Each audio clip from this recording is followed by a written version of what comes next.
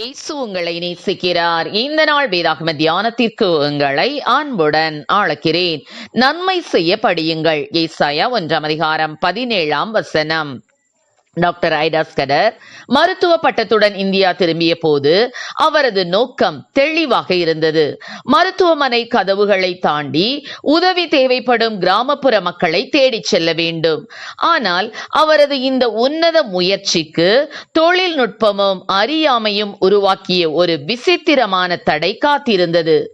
20ஆம் நூற்றாண்டின் தொடக்கத்தில் தென்னிந்தியாவின் கிராமப்புற சாலைகளில் குதிரை வண்டிகளும் மாட்டு வண்டிகளுமே பிரதான வாகனங்களாக இருந்தன. அந்த சூழலில் டாக்டர் ஐடா தனது மருத்துவ பயணங்களுக்காக ஒரு பியூஜியோ மோட்டார் காரை வாங்கினார். அது அக்காலத்தில் ஒரு பெரும் தொழில்நுட்ப அதிசயமாக கருதப்பட்டது.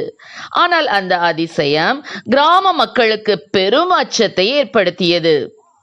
ஐடா தனது காரில் மருத்துவ உபகரணங்களுடன் ஒரு கிராமத்தை நோக்கி செல்லும் போது ஒரு விசித்திரமான காட்சி அரங்கேறும்.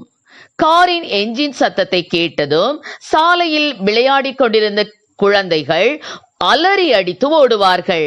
வயலில் வேலை செய்து கொண்டிருந்தவர்கள் தங்கள் கருவிகளை போட்டுவிட்டு ஓட்டம் பிடிப்பார்கள். வீடுகளில் இருந்தவர்கள் கதவுகளை இறுக சாத்திக் கொள்வார்கள். கிராமமே ஒருவித பீதியில் மூழ்கிவிடும்.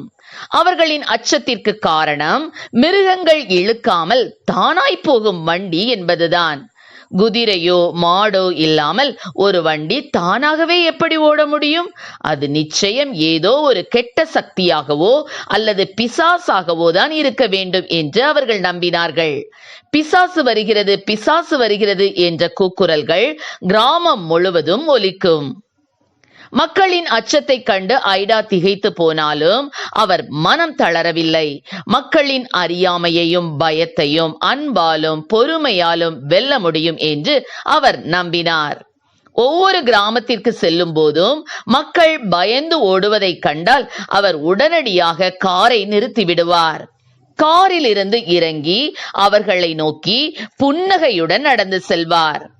தனது உதவியாளர்களின் துணையுடன், பயப்படாதீர்கள், நாங்கள் உங்களுக்கு உதவவே வந்திருக்கிறோம், நாங்கள் எந்த தீங்கும் செய்ய மாட்டோம் என்று அவர்களின் மொழியில் பேசுவார்கள். முதலில் மக்கள் அவரை சந்தேகத்துடனேயே பார்த்தனர். ஆனால் அவரது கனிவான பேச்சும் உண்மையான அக்கறையும் மெல்ல மெல்ல அவர்களின் மனதை மாற்றியது. அவர் அவர்களுக்கு சிகிச்சை அளித்து நோய்களில் இருந்து குணப்படுத்திய போது அந்த பிசாசின் வண்டி உண்மையில் ஒரு தேவதையின் வாகனம் என்பதை அவர்கள் உணரத் தொடங்கினார்கள். காலப்போக்கில் காரின் சத்தம் கேட்டால் மக்கள் பயந்து ஓடுவதற்கு பதிலாக நம்பிக்கையுடன் அவரை நோக்கி வரத் தொடங்கினார்கள். அந்த மோட்டார் கார் அச்சத்தின் சின்னமாக இருந்து ஆரோக்கியத்தின் அடையாளமாக மாறியது. ரோட் சைட்ஸ், இது சாலையோரங்களில் மலர்ந்த இவர்களது மருத்துவ சேவை. தொலைதூர கிராமங்களில் உள்ள மக்கள் மருத்துவமனைக்கு வர தயங்குவதையும் அதற்கான வசதிகள் இல்லாததையும் ஐடா உணர்ந்தார்.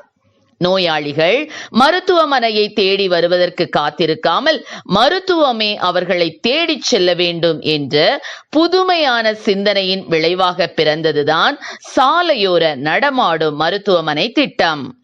ஐடாவின் மோட்டார் கார் ஒரு சிறிய நடமாடும் மருத்துவமனையாக மாறியது. அதில் அத்தியாவசிய மருந்துகள், மருத்துவ உபகரணங்கள் மற்றும் ஒரு சிறிய பரிசோதனை மேசை ஆகியவை இருந்தன. ஒவ்வொரு கிராமத்திலும் ஒரு மரத்தடியிலோ அல்லது ஒரு பொது இடத்திலோ அவரது நடமாடும் மருத்துவமனை செயல்படும். நோயாளிகள் வரிசையில் நின்று சிகிச்சை பெறுவார்கள். இந்த ரோட் சைட் திட்டம் வெறும் சிகிச்சை அளிக்கும் மையமாக மட்டும் இருக்கவில்லை, அது ஒரு சுகாதார கல்வி மையமாகவும் விளங்கியது. சுத்தமான குடிநீரின் அவசியம், கைகளை கழுவுவதன் முக்கியத்துவம் மற்றும் நோய் தடுப்பு முறைகள் குறித்து ஐடாவும் அவரது குழுவினரும் கிராம மக்களுக்கு எளிய மொழியில் விளக்குவார்கள். இந்த ரோட் சைட்ஸ் திட்டம் அக்காலத்தில் ஒரு புரட்சிகரமான முயற்சியாக இருந்தது. இது கிராமப்புற சுகாதாரத்தில் ஒரு மாபெரும் தாக்கத்தை ஏற்படுத்தியது. இதன் மூலம் ஆயிரக்கணக்கான மக்கள், குறிப்பாக பெண்கள் மற்றும் குழந்தைகள், தங்களின் வீடுகளுக்கு அருகிலேயே மருத்துவ சேவையை பெற்றனர். இவ்வாறு டாக்டர் ஐடாஸ் கடரின் பியூஜியோ மோட்டார் காரும் ரோட் சைட்ஸ் திட்டமும் அவரது தொலைநோக்கு பார்வைக்கும் சவால்களை எதிர்கொள்ளும் துணிவுக்கும் சிறந்த எடுத்துக்காட்டுகள். மக்களின் அறியாமை என்ற தடையை அவர் தனது விடாமுயற்சியாலும் இரக்க குணத்தாலும் தகர்த்தெறிந்தார். தொழில்நுட்பத்தை மக்களின் நன்மைக்காக எவ்வாறு பயன்படுத்த முடியும் என்பதற்கு அவரது பயணம் ஒரு சிறந்த பாடம். அந்த மிருகங்கள் இல்லாத வண்டி அன்று தென்னிந்தியாவின் கிராமப்புற சாலைகளில் உருவாக்கிய ஆரோக்கிய புரட்சியின் தாக்கம் இன்று வேலூர் கிறிஸ்தவ மருத்துவமனையின் சேவைகளில் எதிரொலிக்கிறது. ஆம் பிரியமானவர்களே, இயேசு கிறிஸ்து இந்த பூமியில் நன்மை செய்கிறவராகவே சுற்றித் திரிந்தார். இன்னலுற்றோருக்கும் தேவைப்படுவோருக்கும் இன்முகத்துடன் உதவிடுவோம். கர்த்தர் நம்மை ஆசீர்வதிப்பாராக. ஆமென். ஜெபம். எங்களை அதிகமாய் நேசித்து வளர்த்துகிற எங்கள் அன்பின் பரலோக பிதாவே, அப்பா ஸ்தோத்திரம் ஆண்டவரே. ஐடாஸ் கடர் போன்ற மிஷனரிகள் ஆண்டவரே ஸ்தோத்திரம் அப்பா, தங்களுடைய செல்வாக்கை எல்லாம் விட்டு கத்தாவே எங்களுடைய இந்திய தேசத்துக்கு வந்து கத்தாவே மக்களுக்காக ஆற்றிய பெரும் சேவைகளை நாங்கள் ஆண்டவரை படிக்கும் போது கத்தாவே எங்களுக்குள்ள அப்படிப்பட்ட சேவை மனப்பான்மைகள் வளரத்தக்கதாக என் தேவனில் உதவி செய்வனமாய் ஜெபிக்கிறோம் ஆண்டவரே. அப்பா இயேசு கிறிஸ்து நீர் நன்மை செய்கிறவராகவே சுற்றி திரிந்தீர் என்று சொல்லி நாங்கள் பார்க்கிறோம் ஆண்டவரே. நன்மை செய்யக்கூடிய கத்தாவே வாஞ்சை ஒவ்வொரு பிள்ளைகளுக்கு கொடுப்பீராக. ஆசீர்வதியும். இயேசுவின் நாமத்திலே ஜெபிக்கிறோம் நல்ல பிதாவே. ஆமென்.